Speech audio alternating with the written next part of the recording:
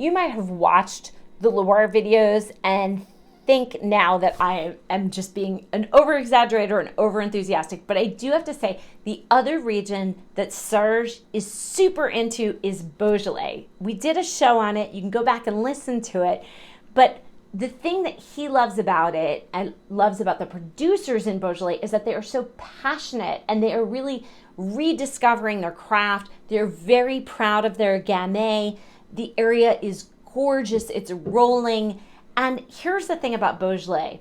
Although in some older books, Beaujolais is considered part of Burgundy or Bourgogne, the actual fact of the matter is it's a separate region. It actually has very little to do with Bourgogne. They do grow a little bit of Chardonnay that Bourgogne sources, but really Beaujolais is all about Gamay. It has different soil types, the granite soil types, and it has almost a Mediterranean influence, although it is still a little bit continental.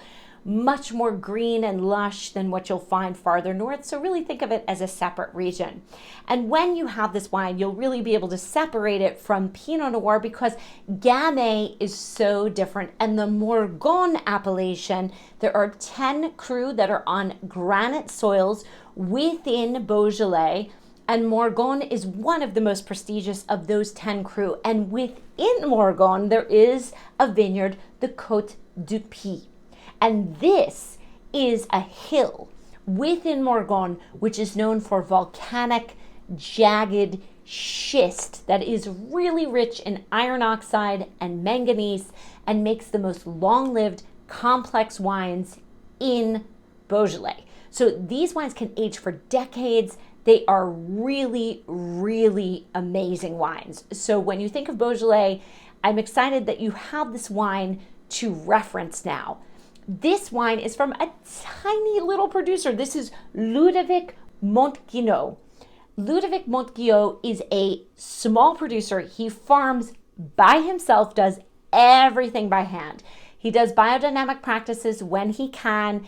He uses very little intervention in his tiny little stone cellar where he works with the wine in barrels. His goal is to create a unique expression of Gamay in every single wine. He wants to show his personality and the personality of the land. His production is so small that it's sold almost all via direct visits to local markets within France. We are so lucky to have this wine. Of course, only Serge can track down a small producer like this. Let's take a look at the wine. It is a gorgeous, typical Morgon color. Instead of it being purple and dark like some of the younger Beaujolais, this wine, it's about 3 years old. It's going to have more of a garnet ruby color. Very beautiful color, little clear around the rim. Give it a swirl and take a sniff. The first word that I wrote down when I smelled this wine was depth. Because the more you smell this wine, the more you get from it. Now, it smells like a typical Beaujolais in the sense that it has these violet, floral, and what I like to call the graham cracker note to it. But beyond the red fruit, beyond the violets, there is this earthy quality. I think it's from that iron oxide that you get in this wine. So let's take a sip.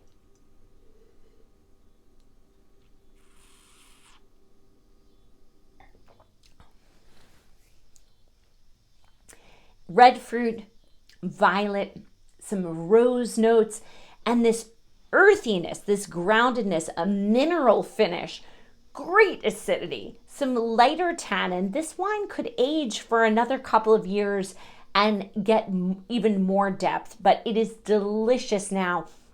It has this kind of weightiness to it that is so great for fall. I'm so glad that we put this in. This is not just a powder puff Beaujolais. This wine has a lot going on. And if you did not see previously why Beaujolais is so interesting to wine professionals in particular, you will get it with this wine. I am so excited that Serge put this in. This is a great producer and a really, really excellent Beaujolais. Have it with some harder cheeses, have it with meat. You can even have it with pork and just enjoy this wine because it is so, so delicious. What a great example of what Beaujolais can be.